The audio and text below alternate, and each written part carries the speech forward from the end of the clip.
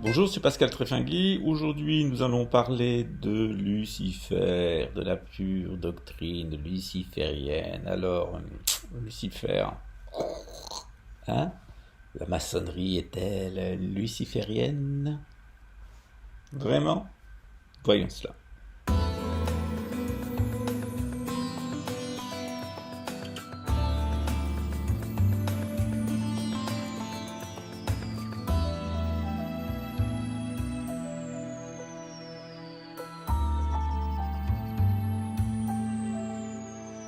Tout d'abord, il y a deux prérequis pour pouvoir comprendre ce poste. Le premier prérequis est connaître la République de Platon.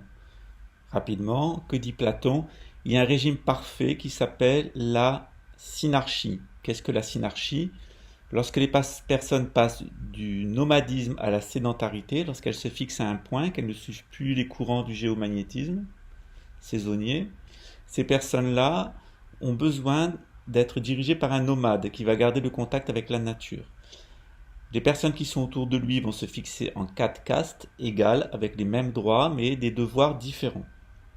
Le même accès à la matière, mais seulement des devoirs différents et des biens qui vont permettre de mener à bien ces devoirs-là. Mais à la base, c'est une société égalitaire. Cette société, elle est composée de quatre types de personnes. Ceux qui prient, donc ceux qui écoutent l'enseignement de l'empereur, qui écoutent ce qu'il dit de la nature, les lois qu'il édicte, à destination des sédentaires, qui vont prier, enseigner et soigner. Ce sont les oratores, les clercs. Ensuite, il y a les bellatores, ce sont les nobles, donc ceux qui vont défendre la cité et ceux qui vont l'administrer en interne. Donc avec les pouvoirs régaliens de police, de justice et de force militaire et de fabrication de la monnaie. Ensuite, il y a ceux qui produisent, les producteurs, ceux qui vont fabriquer les biens de tous les jours dans la cité.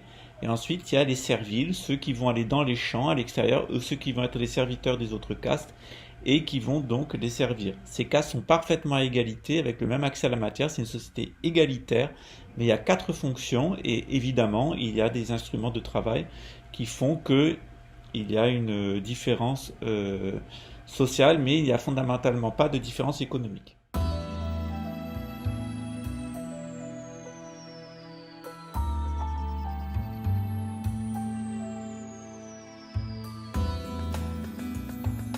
Donc toujours dans le discours de la République de Platon, ou discours de la justice, Platon nous explique que lorsque la synarchie se maintient, la justice sociale et la paix sociale règnent.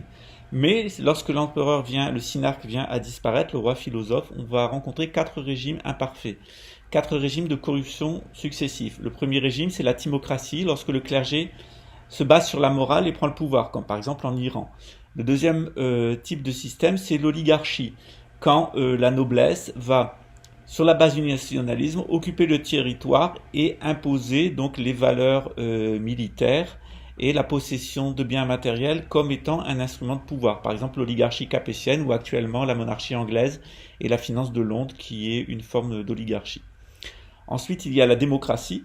Donc la démocratie, c'est le pouvoir des producteurs lorsque les producteurs imposent un système complètement égalitaire basé sur la production et la connaissance de comment on fabrique les choses. Donc à notre époque, ça s'est incarné par le pouvoir de la franc-maçonnerie. Ensuite, il y a un quatrième type de pouvoir imparfait qui est la tyrannie, lorsque toutes les personnes ont une mentalité d'esclaves et la seule manière de les diriger est de faire régner une tyrannie. Donc sans clergé véritable, sans noblesse véritable, sans production véritable, mais ramener les gens au rang de zombies, de consommateurs dans des cités où l'intelligence artificielle va gérer complètement leur vie et les robots vont fabriquer ce dont ils ont besoin, ainsi que...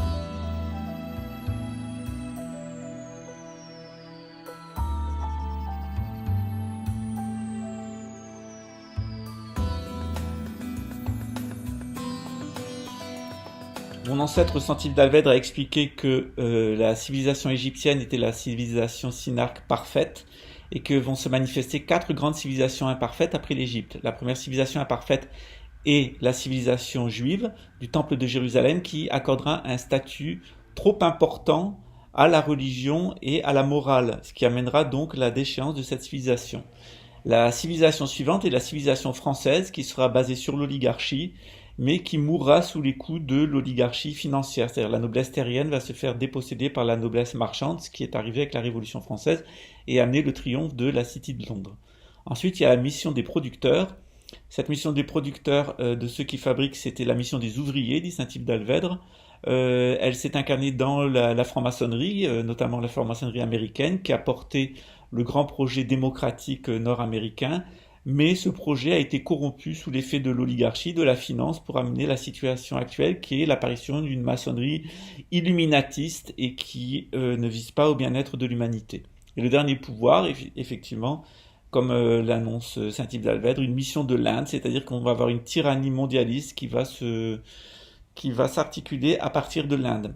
Donc il faut s'attendre à un déplacement de l'oligarchie anglaise qui contrôle qui a pris le contrôle aussi bien de la théocratie juive que de l'oligarchie française et de la démocratie américaine. Donc cette oligarchie marchande, ces gens-là sont des tyrans, notamment les grandes multinationales, les grandes transnationales, qui vont avoir comme siège de leur capitale mondiale l'Inde.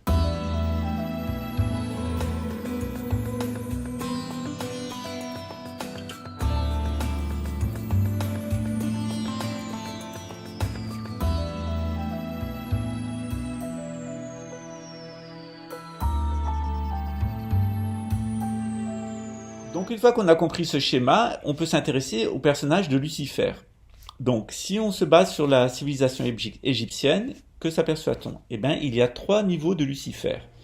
Donc le premier Lucifer, le premier porteur de lumière, c'est la constellation où se lève le soleil le jour du printemps.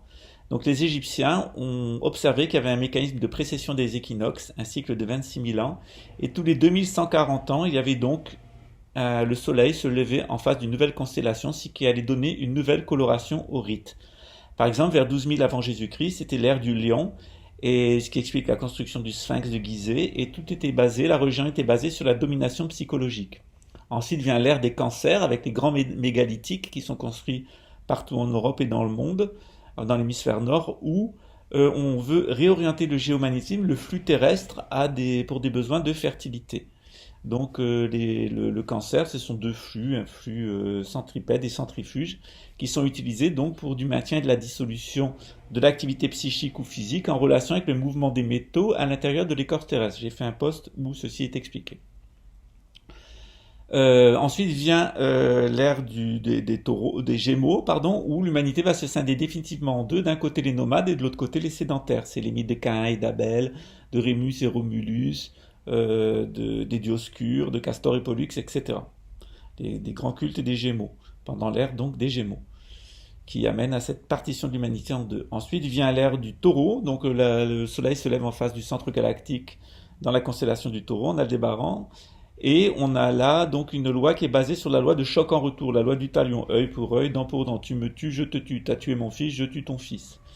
Cette loi, elle va orienter tous les cultes jusqu'à environ 2000 ans avant Jésus-Christ, pour ensuite céder au nouveau culte, puisque le soleil va se lever en face de la constellation du Bélier, qui est le culte du sacrifice, c'est-à-dire en substituant un agneau, qui est le fils du dieu Bélier, on va donc amener la manifestation de la lumière.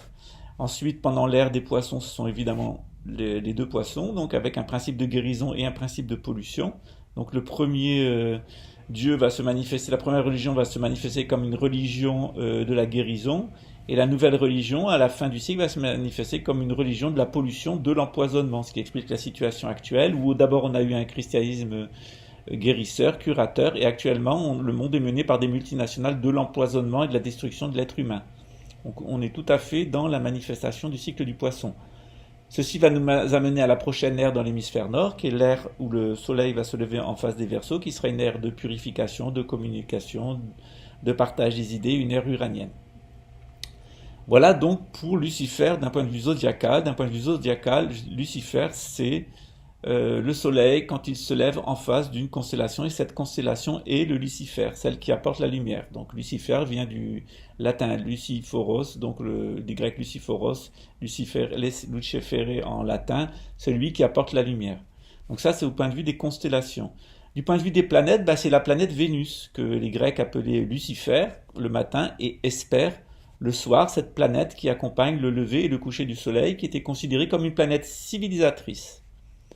D'un point de vue, donc après le point de vue Lucifer du point de vue zodiacal et Lucifer d'un point de vue planétaire, avec la planète Vénus, On a Lucifer d'un point de vue terrestre qui est le synarque ou l'empereur. C'est lui qui est le gardien de la lumière, du feu sacré, le gardien de la connaissance qui a permis de passer du nomadisme à la sédentarité.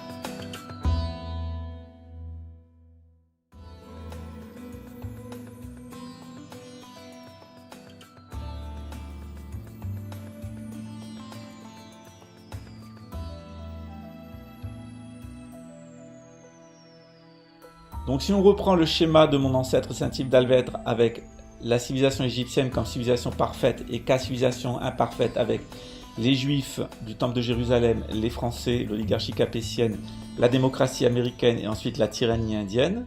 Et si on se souvient...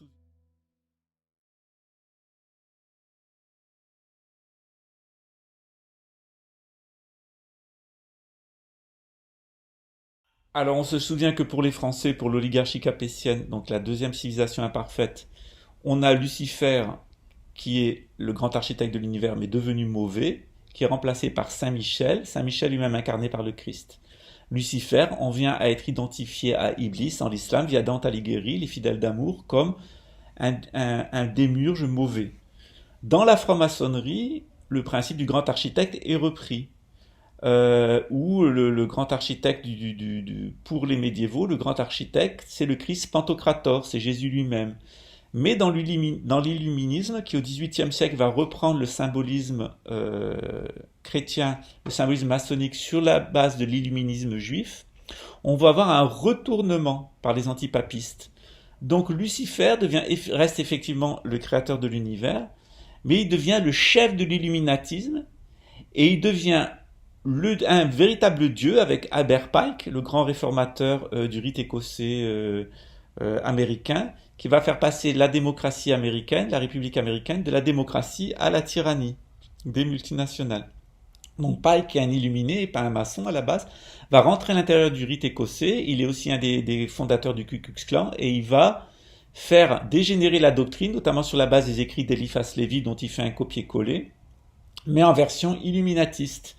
Donc Lucifer n'est plus un ange déchu, n'est plus l'empereur comme en Égypte, n'est plus le bon roi des Juifs, n'est plus Jésus-Christ chez les chrétiens, mais il est l'ennemi de l'Église, il est l'ennemi des Juifs qui restent attachés à l'ancienne tradition, et il est l'ennemi aussi de la tradition égyptienne qui s'est réformée en fait à travers les nouvelles religions.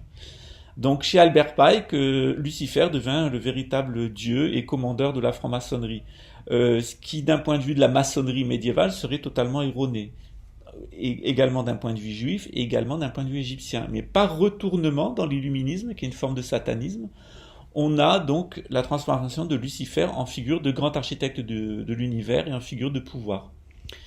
Donc cette transformation, elle rentre à nouveau en collision avec l'islam, c'est-à-dire au moment où la quatrième civilisation va se manifester, la civilisation de l'Inde, avec son régime imparfait de tyrannie.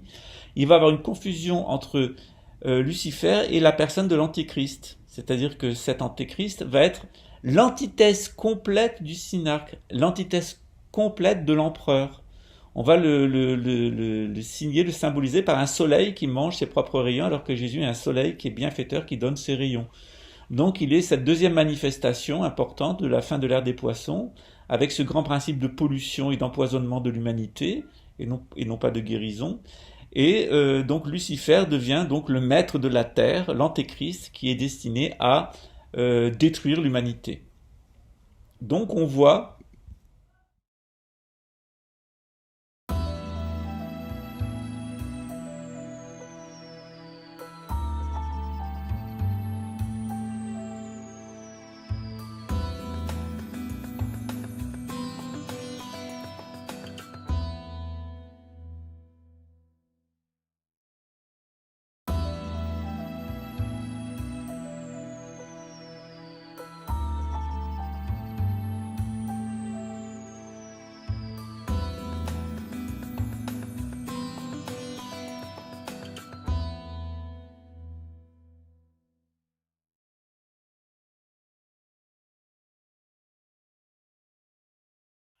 on se rend donc compte qu'en 5000 ans, on est passé de Khnun, donc le porteur de lumière, qui est le dieu à tête de bélier, qui devient ensuite un dieu à tête de poisson et qui deviendra le dieu de l'ère du Verseau. On a le bon roi qui se transforme en bon roi des Juifs, mais en mauvais roi qui persécute les Juifs. Puis ensuite, en architecte premier de l'univers chez les chrétiens, qui est déchu et qui est remplacé par Michel, puis le Christ. Et par retournement, dans l'illuminatisme, le satanisme, la franc-maçonnerie, comment, en fait, par retournement, Lucifer devient le chef de la franc-maçonnerie, le grand illuminateur, qui va s'opposer à la tradition française, à la tradition juive et à la tradition égyptienne, tout en empruntant tout de même des symboles des traditions précédentes, à la tradition française, à la tradition israélienne, à la tradition égyptienne. Mais Lucifer devient un dieu, le dieu de la franc-maçonnerie, un dieu qui est contre Jéhovah, contre Yahvé, contre le dieu des chrétiens, des juifs et des musulmans. Ce qui explique d'ailleurs les stratégies des 3 guerres mondiales menées par les Illuminés, Première, Deuxième et Troisième Guerre mondiale, qui avaient pour objet Première Guerre mondiale de déchristianiser l'Europe, Deuxième Guerre mondiale de déjudaïser l'Europe et Troisième Guerre mondiale de désislamiser totalement l'Europe et même le monde, tout l'hémisphère nord. Pour arriver à la 4e phase du programme, la 4e civilisation imparfaite qui aura son siège en Inde, où il y aura effectivement une confusion entre la personne de l'Antéchrist et Lucifer. Ça explique mieux l'épopée de la société théosophique en Inde, et notamment le rôle qu'on a voulu faire jouer à Krishnamurti et qu'au final, il a refusé.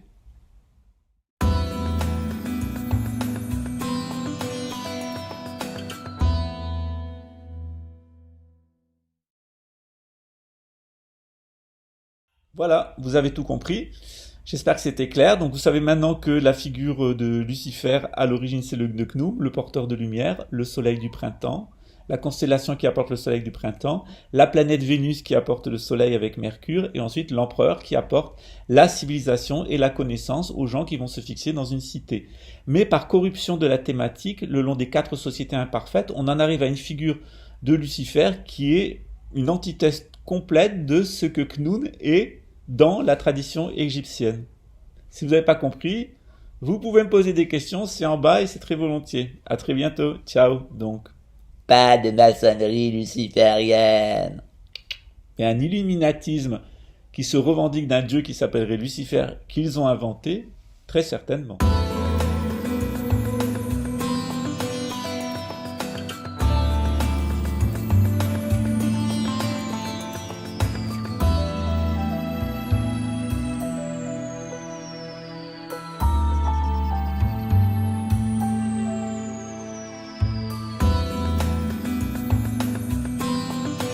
Donc, résumé très simple, Lucifer est la constellation du printemps, la planète Vénus et l'empereur. Par corruption de la thématique, qu'est-ce que va être Lucifer à la fin des temps? Lucifer, ça va être l'antéchrist, le Dajjal, celui qui va développer des moyens de destruction de l'humanité et principalement avec des armes sismiques et des armes climatiques. En effet, qu'est-ce que l'empereur? L'empereur, c'est un nomade sacralisé qui permet aux sédentaires d'être en contact avec la nature. Donc il peut les prévenir de mouvements du sol, comme à Sodome, ou de mouvements climatiques qui pourraient affecter et détruire la cité. Leur permettant de se protéger, c'est ce que le courant appelle les villes renversées. À l'opposé, à la fin de l'ère des poissons, que va faire l'antéchrist, qui sera l'antithèse du Christ, antéchrist ou antichrist? Il va fabriquer des cités et sédentariser les gens à des endroits où ils seront sous la menace de phénomènes sismiques, sous la menace de phénomènes climatiques, et pour les maintenir sur son pouvoir, à lui, c'est même lui qui générera des problèmes climatiques et des problèmes sismiques contre les cités qui ne lui obéissent pas. Il y a un hadith du prophète Mohammed, la paix sur lui, qui dit que lorsque l'antéchrist passera dans une contrée, eh bien, où il fera trembler le sol, où il fera tomber ou non la pluie, selon que les personnes vont se soumettre ou non à lui. Donc l'antéchrist, ça sera surtout un anti-empereur, un anti-synarque, quelqu'un qui aura cette capacité, avec de la technologie, de singer ce que faisait l'empereur dans la civilisation égyptienne. Il est donc un anti-empereur, un antéchrist, un anti-Michael, donc Shaitan, Satan, un anti-Khnum, donc Seth, le dieu du mal, le dieu des ténèbres dans la tradition égyptienne, qui s'oppose donc à son frère Osiris. Vous avez tout compris. Maintenant, vous comprenez pourquoi ces grandes multinationales qui incarnent l'antéchrist et qui préparent sa venue ont des armes sismiques et des armes climatiques. Tout simplement parce que ça correspond au déterminisme historique.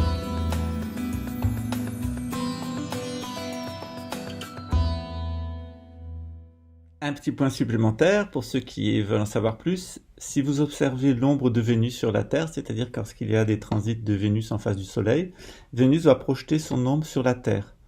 Or, les points sur lesquels Vénus passe tous les 8 ans, chiffre impérial, et tous les 100 ans, ce qui est aussi un autre chiffre assez important, puisque c'est le retour à l'unité, vous verrez que les principaux sites de civilisation sont placés sur des transits de Vénus au sol et suivent des lignes de ley.